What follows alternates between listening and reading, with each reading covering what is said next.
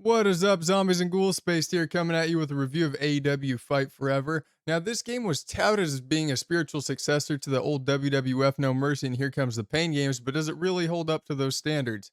Stay tuned while we explore some of the good, the bad, and the whatever this is. Grab your shovels, folks. Let's dig in.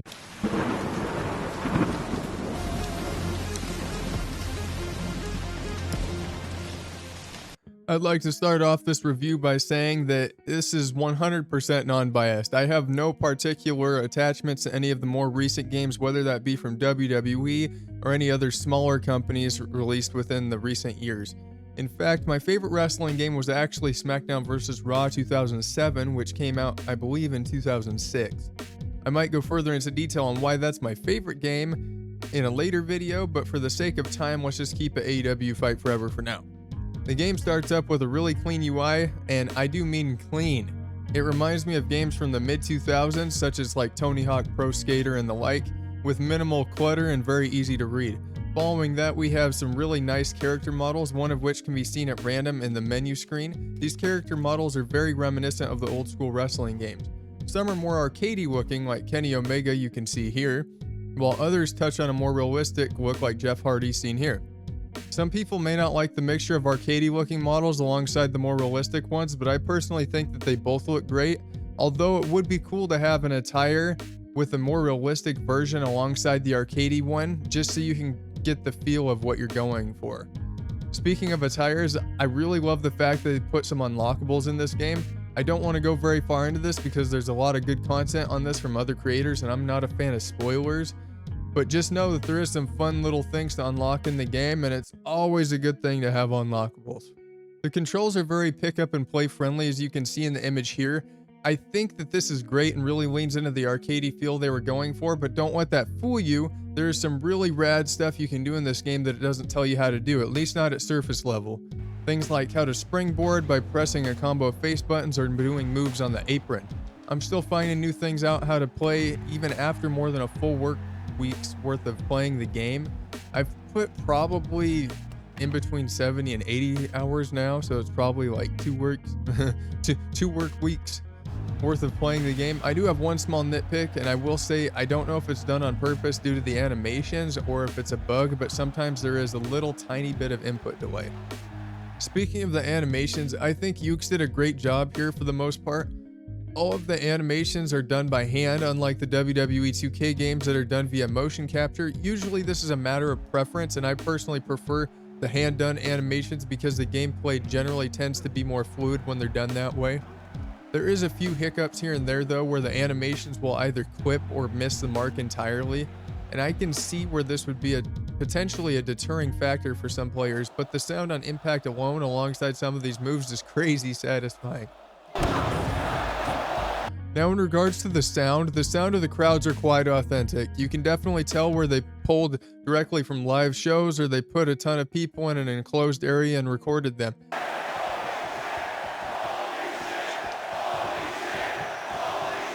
The vocal processing of the crowd was done very well. However, on the topic of vocal sound processing and recordings, there is some bad here too. Most of the vocal recordings for the Dapper Yapper Justin Roberts, the announcers, the commentators, Excalibur, JR, Taz, etc. sound quite terrible. It's not just because of bad vocal processing, but also because they all sound like they were done in one take inside a hotel closet. The following contest is an unsanctioned lights out match. These matches are so dangerous. Lights out. It's extremely noticeable. And I'm unsure why they would put so much care and effort into the crowd sounds, but not the announcements and commentators. With that being said, they didn't put commentary into the game, and with the quality of what little voiceovers we do have, I'm honestly kind of glad they didn't. On a more positive note, where they did make some weird decisions, this is a weird decision that I actually really enjoy. If you open up your menu, you will find a cool little jukebox feature with a plethora of music. When I first started playing the game, I didn't realize this was a thing, and I was getting uber tired of hearing the same songs over and over. Do yourself a favor, go in here, swap out some of those songs, put in the ones you like, you'll thank me later. I think every game in the future should have this. I know they won't, but this would be an absolutely awesome feature to have in upcoming games if anybody takes notice of this, please start adding this jukebox feature. It's awesome. And I don't know if any of you have heard, but if you haven't, you're going to now. There's over 40 weapons in AEW Fight Forever, and to quote the gold medalist, the Olympic gold medalist, it's true. It's damn true. But unfortunately, what's also damn true is the vast majority of the weapon animations are the same. I don't know about all of you, but me personally, I would have preferred way less weapon variety with a very robust range of use for the weapons. I'm just spitballing here, but stackable tables that you can climb to do crazy spots, or being able to stack chairs and ladders to make a ladder bridge or a chair table would make way more sense to me than a lacrosse stick. A lacrosse stick, yes. I don't know. Tennis racket, lacrosse sticks, yep. I don't understand why resources were put into making silly weapons with repetitive animations versus making a tailored weapon system with a wide range of moves to utilize said weapons. I just don't get it. Maybe it's because it's arcadey. I don't know. This is one of the big aspects that I don't like. I do love that they have a lot of weapons, but I don't like that they all use the same animations and they don't have a very big use case for them. If they all look the same, why do you have so many? I just don't get it. What I think really took that arcadey feel into overdrive was Road to Elite. The story seemed very well done in my initial playthrough. I had no complaints in that area.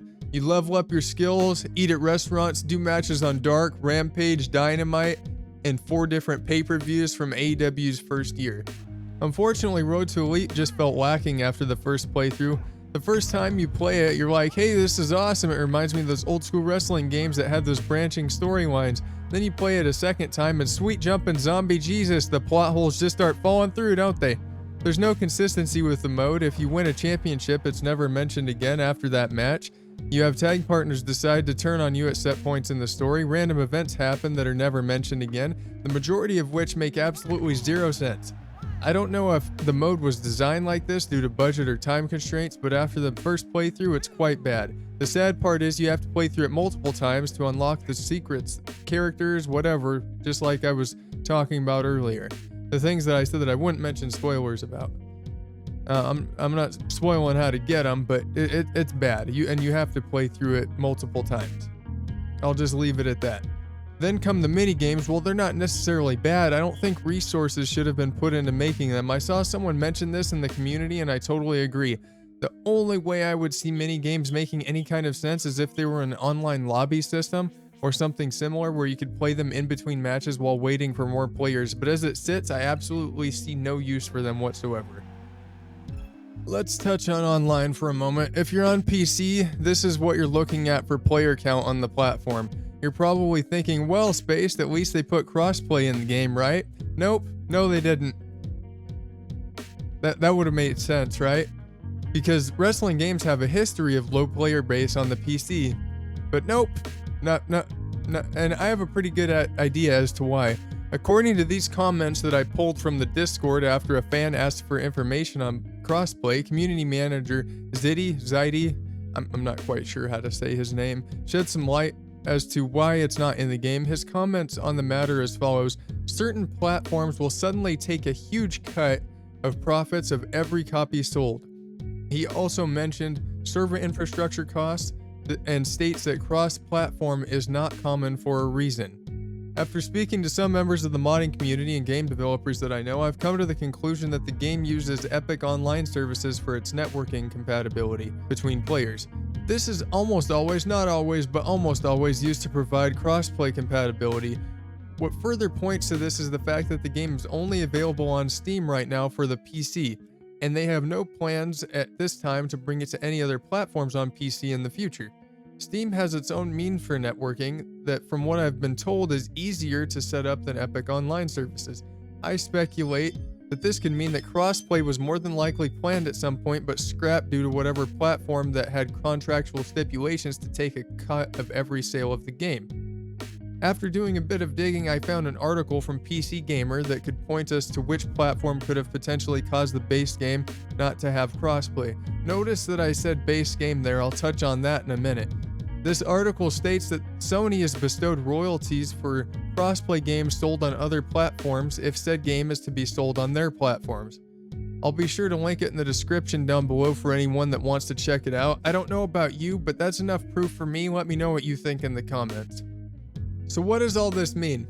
It means that all platforms, from what I've been seeing and hearing, especially PC and Switch, are already struggling to find matches in the game. I haven't been able to get into a ranked online match since I purchased the game on PC.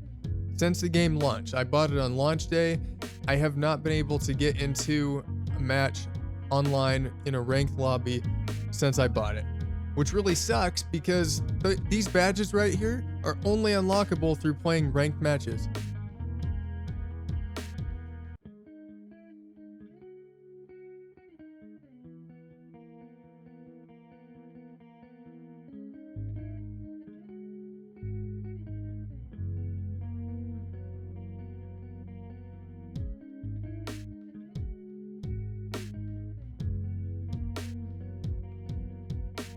The base game, albeit fun gameplay wise, really falls short in terms of content, whether that be in Road to Elite or elsewhere. There's very few arenas, hardly any match types, and way too many reused animations for the wrestlers. When's the last time Sting jumped as high as the top rope for a leg drop? Maybe when he first debuted on Impact, when he was like just barely coming out of his prime, maybe? Then we have the bugs. I got stuck inside the ring, and poor Dax out there is having a really hard time getting up.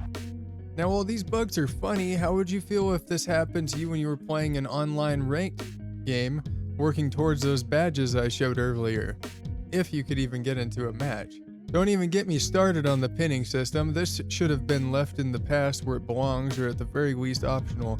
The submission system also shouldn't be used either unless there's a method of getting to the ropes. It just feels too dated. They should have left it where it was back in the past. Controllers are expensive, man.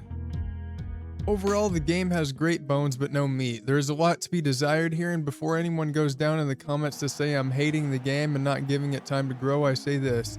I think that with the framework they've put in place, if they put in a ton, and I do mean a ton of work into all the shortcomings this game has, I truly do think it will be my new favorite wrestling game.